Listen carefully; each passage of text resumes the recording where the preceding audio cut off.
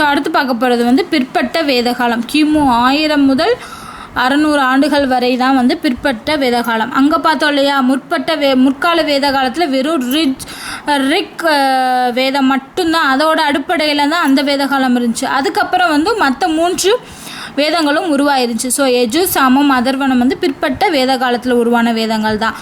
இந்த பிற்பட்ட வேத காலத்தோட அரசாட்சி பகுதிங்கிறது வந்து கங்கை சமவெளி. அங்கே வந்து காபூலிலிருந்து மேல்கங்கை வரை, இங்கே வந்து அரசாட்சி பகுதி வந்து கங்கை சமவெளி தான் வந்து இந்த பிற்பட்ட வேத காலத்தோட அரசாட்சி பகுதி. இந்த பகுதியில் பார்த்திங்கன்னா கோசலம், விதேகம், குரு, மகதம், காசி, அவந்தி, பாஞ்சாலம் போன்ற அரசுகள் தோன்றின. இதெல்லாம் வந்து அரசுகள், கங்கை சமவெளியில் இருந்த அரசுகள் தான் இவைகள் எல்லாமே. அடுத்து பார்த்தோன்னா இந்த பிற்பட்ட வேத காலத்தில் இரும்பு அதிகமாக யூஸ் பண்ணியிருக்காங்க. அப்புறம் சாணத்தை யூஸ் பண்ணி உரமிடும் முறையை வந்து இந்த பிற்பட்ட வேத காலத்தில் தான் யூஸ் பண்ணியிருக்காங்க. அடுத்து நிக்ஷா, சுவர்ணா, சதமானா போன்ற தங்க வெள்ளி நாணயங்களை வாணிபத்தில் யூஸ் பண்ணியிருக்காங்க. அடுத்து பார்த்திங்கன்னா சாதி அமைப்பு முறை தோன்றியது இது வருண தர்மம் அப்படின்னு அழைக்கப்பட்டது பிற்பட்ட வேத காலத்தில். அப்புறம் யாகம், புரோகிதம் இது எல்லாமே இருந்திருக்கு. அந்த யாகம் புரோகிதம் செய்பவர்கள் எல்லாமே பிராமணர்கள் என்றும், போர் புரிபவர்கள், நாட்டை காப்பவர்கள், ஆள்பவர்கள் எல்லாமே சத்திரியர்கள் என்றும், பயிர் தொழில் வாணிபம் செய்பவர்கள் வந்து வைசியர்கள் என்றும் அழைக்கப்பட்டன. அது மட்டும் இல்லாமல் இந்த 3 பிரிவினர்களுக்கு குற்றவியல் செய்பவர்கள், இந்த 3 பிரிவினர்களுக்கும் குற்றம் செய்கிறவங்க வந்து சூத்திரர்கள் அப்படின்னு அழைக்கப்பட்டாங்க இந்த பிற்பட்ட வேத காலத்தில். அடுத்து மெயினாக என்னென்னா உடன்கட்டை ஏறும் வழக்கம், அதாவது கணவன் இறந்தால் மனைவியும் உடன்கட்டை ஏறக்கூடிய வழக்கம் வந்து இந்த காலத்தில் இருந்திருக்கு. அது மட்டும் இல்லாமல் கல்வியில் சிறந்து விளங்கியிருக்காங்க பெண்கள். அப்படி விளங்கிய பெண்கள் யாருன்னா கார்கி, மைத்ரேயி, அவங்க 2 பேரும் வந்து பிற்பட்ட வேத காலத்தில் தான் வந்து கல்வியில் சிறந்து விளங்கியிருக்காங்க. அடுத்து இவங்க வந்து வணங்கின தெய்வங்கள் பார்த்தீங்கன்னா பிரம்மன், விஷ்ணு, சிவன், இந்த 3 தெய்வங்கள் தான். அடுத்து ஆன்மா, வினை பயன், மோட்சம், இந்த 3லையும் உங்க நம்பிக்கை கொண்டிருந்தாங்க. ஸோ இதோட பார்த்தோம் அப்படின்னா வேத காலம் முடிஞ்சு, அதாவது முற்பட்ட வேத காலம், பிற்பட்ட வேத காலம்ங்கிறது முடிஞ்சிருச்சு. ஸோ அடுத்து நம்ம பார்க்க போகிறது சமணமும் பௌத்தம். சமண சமயம், பௌத்த சமயம் எப்படி உருவாச்சு, அதை யார் உருவாக்கினா, அதில் என்ன மாதிரியான கொள்கைகள் இருந்துச்சுன்னு தான் பார்க்க போகிறோம். ஃபஸ்ட்டு பார்க்க போகிறது சமண சமயம். ஸோ இந்த சமணம் சமயத்தை உருவாக்கியவர் யார் அப்படின்னா மகாவீரர். ஸோ இவரோட இயற்பெயர் தான் வர்த்தமானார். ஸோ வர்த்தமான மகாவீரர் அப்படிங்கிறவர் தான் இந்த சமண சமயத்தை உருவாக்கியவர். இந்த சமண சமயத்தோட முதல் தீர்த்தங்காரர் அப்படிங்கிறவர் யாருன்னா ரிஷபதேவர். இந்த ரிஷபதேவர் தான் முதல் தீர்த்தங்காரர். அடுத்து பார்த்திங்கன்னா இந்த சமண சமயத்தோட 24வது தீர்த்தங்காரர் வந்து மகாவீரர். ஓகேவா, இந்த மகாவீரர் தான் இந்த சமண சமயத்தை உருவாக்குனாருன்னு சொன்னோம். அதோட முதல் தீர்த்தங்காரர் வந்து ரிஷபதேவர், 24வது தீர்த்தங்காரர் தான் மகாவீரர். 23வது தீர்த்தங்காரர், இவருக்கு முன்னாடி இருந்தவர் வந்து பார்சவநாதர் என்பவர். தீர்த்தங்காரர் அப்படிங்கிறதுனா என்னன்னா பிறவி பெருங்கடலை கடந்த ஞானி அப்படிங்கிறது தான் பொருள், தீர்த்தங்காரர் அப்படின்னு சொல்கிறது. அடுத்து இதில் நம்ம மெயினாக பார்க்க போகிறது இது உருவாக்கிய மகாவீரரை பற்றின டீட்டெயில்ஸ் தான். ஸோ இவர் பிறந்த இடம் வந்து பீகார் மாநிலத்தில் உள்ள வைஷாலி அப்படிங்கிற ஊருக்கு அருகில் உள்ள குந்த கிராமத்தில் தான் வந்து இவர் பிறந்திருக்காரு. இவரோட இயற்பெயர் வந்து வர்த்தமானார். இவரோட வருடம் வந்து கிமு 534 முதல் 462 ஆண்டுகள் வரை வந்து வாழ்ந்திருக்காரு. இவரோட பெற்றோர்கள் வந்து சித்தார்த்த, திரிசலா அப்படிங்கிறவங்க தான். இவரோட மனைவி வந்து யசோதா. இவரோட மகள் வந்து பிரியதர்ஷனா அப்படிங்கிறது தான். இவர் வந்து 30 வயசில் தான் உலக வாழ்க்கையை துறவரம் மேற்கொள்கிறாரு. ஸோ 42வது வயசில், அதாவது 42வது வயசில் தான் பேரறிவு நிலை, ஞானம் பெற்ற நிலையை அடைகிறாரு. அதாவது கைவல்யா நிலை அப்படின்னு சொல்லுவாங்க. 42வது வயசில் அந்த கைவல்யா நிலையை அடைஞ்சதுக்கப்புறம் இவரை ஜூனர் அப்படிங்கிற பேரை வச்சு தான் அழைக்கிறாங்க. அந்த ஜூனர் அப்படிங்கிறவருக்கு என்ன பொருள்னா தன்னையே வென்றவர் அப்படிங்கிறது தான் பொருள். அடுத்து 72ஆம் வயதில் பார்த்திங்கன்னா பாவபுரி பீகார் மாநிலத்தில் உள்ள பாவபுரி அப்படிங்கிற ஊரில் தான் வந்து இறந்துடுறாரு 72வது வயசில். இவர் போதித்த கருத்துக்கள் என்ன அப்படின்னு பார்த்தோம்னா, இவர் சொன்ன 3 த்ரீரத்னாஸ் அப்படிங்கிறது என்னென்னா நன்னம்பிக்கை, நல்லறிவு, நன்னடத்தை. இந்த 3 தான் வந்து இவரோட திரிரத்னங்கள் அப்படின்னு சொல்லுவாங்க. நன்னம்பிக்கை, நல்லறிவு, நடத்தை. நன்னடத்தை அப்படிங்கிறது சொல்கிறாங்க. அடுத்து தன்னோட வாழ்நாளோட இறுதியில் சந்திரகுப்த மௌரியர் வந்து சமண சமயத்தை ஆதரித்தார். ஸோ சந்திரகுப்த மௌரியரோட வாழ்நாளோட இறுதியில் தான் வந்து சமண சமயத்தை ஆதரிக்கிறார். ஸோ மகாவீரர் சொன்ன 3 திரிரத்தினங்கள் நன்னம்பிக்கை, நன்னடத்தை, நல்ல அறிவு. போதித்த 5 ஒழுக்கங்கள் என்ன அப்படின்னா ஊர் செய்யாமை, பொய்யாமை, கனவாமை, உடைமை மறுத்தல், புலனடக்கம். ஸோ இந்த 5மே மகாவீரர் சொன்ன ஒழுக்கங்கள். அடுத்து பார்த்திங்கன்னா இவர் வலியுறுத்திய மிக முக்கியமான கொள்கை என்னென்னா கொல்லாமை, எந்த உயிர்களையும் கொல்லக்கூடாது அப்படிங்கிறது தான் இவர் வந்து மெயினாக வலியுறுத்தியிருக்காரு. அடுத்து பார்த்திங்கன்னா இந்த சமண சமயத்தை பரப்புவதற்கான மையங்கள் வந்து மதுராவிலையும் உஜ்ஜயினிலையும் ஆரம்பிக்கிறாங்க. சமண சமய மையங்கள்னு சொல்லி ஆரம்பிக்கிறாங்க. தென்னிந்தியாவில் யாரெல்லாம் வந்து சமண சமயத்தை ஆதரிச்சாங்கன்னு பார்த்தீங்கன்னா களப்பிரர்கள், கூன் பாண்டியன், பல்லவ மன்னன் முதலாம் மகேந்திரவர்மன், கலிங்க அரசன், காரவேலன், இவங்க எல்லாருமே சமண சமயத்தை ஆதரிக்கிறாங்க. 2 சமண சமய மாநாடுகள் நடந்திருக்கு. ஒன்று வந்து பாடலிபுத்திரம்ங்கிற இடத்துல கிமு 3ஆவது நூற்றாண்டில் ஸ்தலபத்ரா அப்படிங்கிற அரசர் தலைமையில் நடந்திருக்கு. ஸ்தலபத்ரா அவரோட தலைமையில் நடந்திருக்கு. 2வது வந்து வல்லபி அப்படிங்கிற இடத்துல கிபி 5ஆவது நூற்றாண்டில் தேவரி திகரணி அப்படிங்கிறவரோட தலைமையில் மாநாடு நடந்திருக்கு. ஸோ 2 மாநாடு பாடலிபுத்திரம், வல்லபிங்கிற இடத்துல நடந்திருக்கு. அடுத்து வந்து திகம்பர, ஸ்வேதம்பரர்கள் அப்படிங்கிற 2 பிரிவுகள் வந்து 2ஆம் மாநாட்டின் இறுதியில் தோன்றியிருக்கு. இந்த சமண சமயத்திலே 2 பிரிவுகள் வந்து தோன்றியிருக்கு. அதாவது 2ஆம் சமண சமய மாநாடு நடந்துச்சுல, இதோட இறுதியில் திகம்பரர், ஸ்வேதம்பரர்கள் அப்படிங்கிற 2 பிரிவுகள் வந்து உருவாயிருந்துச்சு. அப்புறம் பாலி, பிராகிருதம், தமிழ் போன்ற மொழிகளுக்கான இலக்கிய வளர்ச்சிக்கு இந்த சமண சமயம் வந்து மிக முக்கிய உதவி செஞ்சுருக்கு அப்படின்னு சொல்லலாம். அடுத்து பார்த்தோம் அப்படின்னா இந்த சமண சமயத்தை சார்ந்தோர்களால் இயற்றப்பட்ட நூல் அப்படின்னு பார்த்தோன்னா சீவக சிந்தாமணி, இன்னொன்று நன்னூல். திருத்தக்க தேவரின் சீவக சிந்தாமணி, பவனந்தி முனிவரின் நன்னூல். இது 2மே வந்து சமண சமயத்தை சார்ந்தவர்களால் இயற்றப்பட்ட நூல்கள். அடுத்து திருக்குறளை இயற்றிய திருவள்ளுவரும் சமண சமயத்தை சார்ந்தவர் தான்.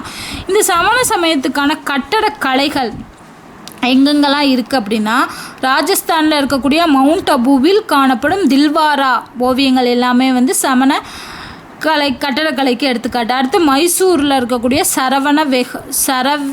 சரவண வெஹோலா அப்படிங்கிறது, அதாவது கோமதீஸ்வர் சிலை, இதுவும் கட்டடக்கலைக்கு எடுத்துக்காட்டு. அடுத்து கஜுராவோ, சித்தூரில் இருக்கக்கூடிய கஜுராவோ. அடுத்து ரணக்பூர், இது எல்லாமே வந்து சமண சமயத்தோட கட்டடக்கலைகளுக்கு எடுத்துக்காட்டு. அடுத்து இந்த மகாவீரரின் சீடர்களில் ஒருவர் தான் வந்து உபாலி அப்படிங்கிற சீடர். ஸோ மகாவீரரின் சீடர்கள் ஒருவர் தான் உபாலி.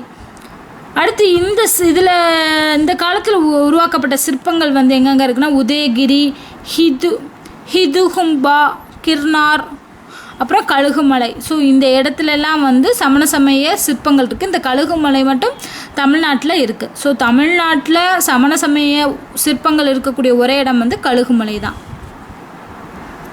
புத்த சமயம், அடுத்து நம்ம சமண சமயம் பார்த்துட்டோம். இனி அடுத்து புத்த சமயம் இல்லாட்டி பௌத்த மதம் அப்படின்னு சொல்லுவாங்க. நமக்கு தெரியும் புத்த சமயத்தை தோற்றுவித்தர் யார்? கௌதம புத்தர். இவரோட இயற்பெயர் வந்து சித்தார்த்தர் அப்படிங்கிறதா. இவரோட காலம் 563, கிமு 563 483 வரைக்கும் தான். இவர் பிறந்த இடம் அப்படின்னு பார்த்தோன்னா நேபாள நாட்டில் இருக்கக்கூடிய கபிலவஸ்துக்கு அருகில் உள்ள தும்பினி வனத்தில் தான் இவர் பிறந்தார். ஸோ கபிலவஸ்துக்கு அருகில் உள்ள தும்பினி வனத்தில் பிறந்திருக்காரு.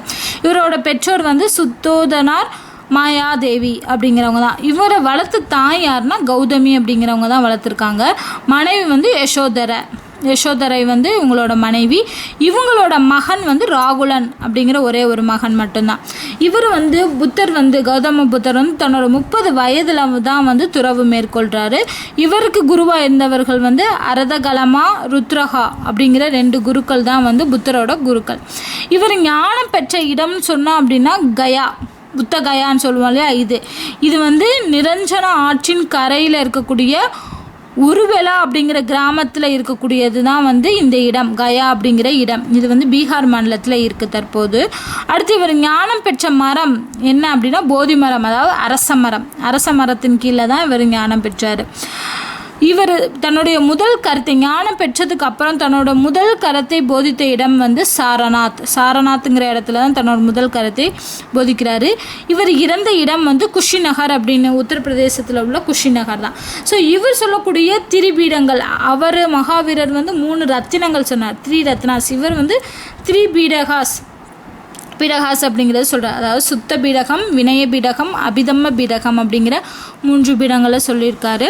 இவர் போதித்த மார்க்கம்ங்கிறது வந்து எண்வழி மார்க்கம், அதாவது 8 வகையான கருத்துக்களை சொல்லக்கூடிய மார்க்கம் தான் வந்து இவர் போதித்தது. அதை வந்து அஷ்டங்க மார்க்கம் அப்படின்னு சொல்கிறாங்க. அதாவது புத்தர் அப்படிங்கிற பேருக்கு என்ன பொருள்னா நல்லது எது கெட்டது எது என்பதை அறிந்தவர் அப்படிங்கிறதான் புத்தரோட பொருள், அதாவது அவரோட பேரோட மீனிங். இவர் பார்த்திங்கன்னா எந்த கொள்கையில் நம்பிக்கை வச்சுருந்தா கர்மா கொள்கை அப்படிங்கிறதுல தான் நம்பிக்கை வச்சுருந்தார். இவரை பற்றின கதை சொல்லக்கூடிய, அதாவது புத்தரின் பிறப்பு பற்றிய கதை வந்து எது சொல்லுதுன்னா ஜாதக கதைகள் அப்படிங்கிற நூல் தான் சொல்லுது. ஸோ ஜாதக கதைகள்ங்கிறது வந்து புத்தரின் பிறப்பு பற்றிய கதை. இவர் வந்து நிறைய புத்த சமயத்தை பரப்புவதற்கான மாநாடுகள் நடத்தியிருக்காங்க. அந்த மாநாடுகள் பார்த்திங்கன்னா 4 மாநாடுகள். இது வந்து ஆர்டர் ஞாபகம் வச்சுக்கோங்க. ஃபஸ்ட்டு மாநாடு வந்து ராஜகிருகம், அது வந்து கிமு 483. மகா காஷ்யபா அப்படிங்கிறவரோட தலைமையில் அப்போ இருந்த இந்த முதலாம் மாநாடு புத்த சமய மாநாடு நடைபெற்ற போது அரசனாக இருந்தவர் அஜாதசத்ரு.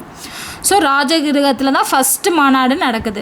அடுத்து 2வது மாநாடு வைஷாலியில் வந்து கிமு 383 சபகாமி அப்படிங்கிறவரோட தலைமையில் அப்போதைய அரசனாக இருந்தவர் காலசோகன்.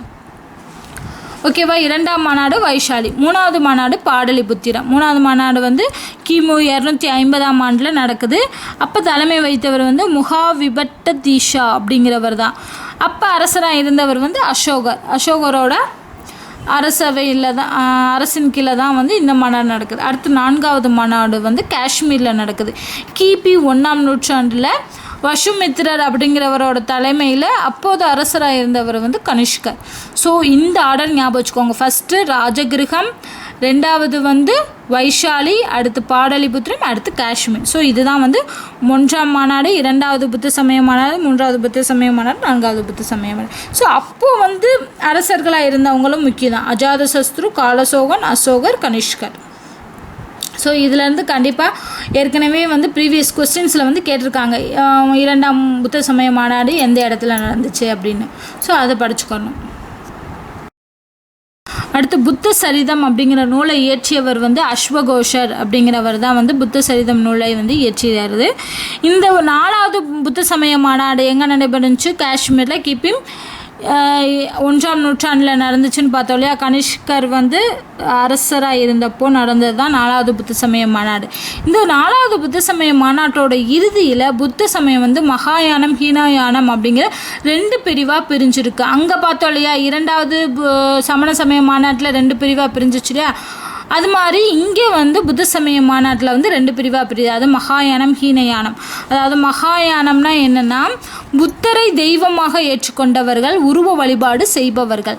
ஹீனயானம்னா என்னென்னா புத்தரோட கொள்கையை ஏற்றுக்கொண்டிருக்காங்க, ஆனால் உருவ வழிபாடு செய்ய மாட்டாங்க. ஸோ மகாயானம்னா உருவ வழிபாடு செய்பவர்கள், அதுவும் புத்தரையே தெய்வமாக ஏற்றுக்கொண்டவர்கள். ஹீனயானம்ங்கிறது புத்தரோட கொள்கையை ஏற்றுக்கொண்டவர்கள், ஆனால் உருவ வழிபாடு செய்யாதவர்கள் தான் வந்து ஹீனயானம் சமயத்தை சார்ந்தவர்கள்.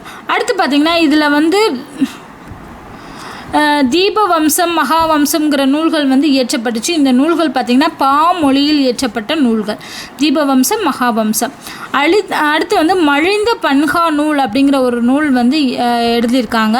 இது வந்து சேனருக்கும் மினாண்டருக்கும் இடையே நடந்த உரையாடல் நூல் தான் இந்த மிலிந்த பன்ஹா நூல் அப்படிங்கிறது.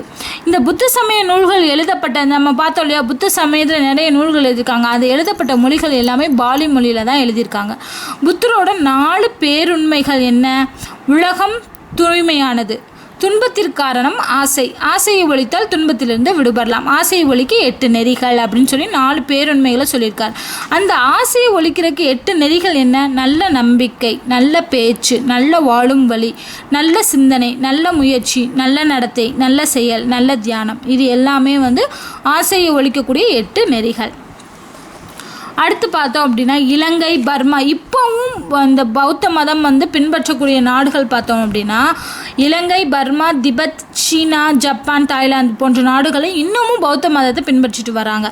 இந்த பௌத்த சமயத்தை பின்பற்றிய அரசர்கள்னு பார்த்தோம்னா அசோகர், கனிஷ்கர், ஹர்ஷர் இவங்க எல்லாமே பௌத்த சமயத்தை பின்பற்றியவர்கள் தான். அந்த பௌத்த மதத்திலிருந்து உருவாக்கப்பட்ட நூல்கள் தான் மணிமேகலை, குண்டலகேசி.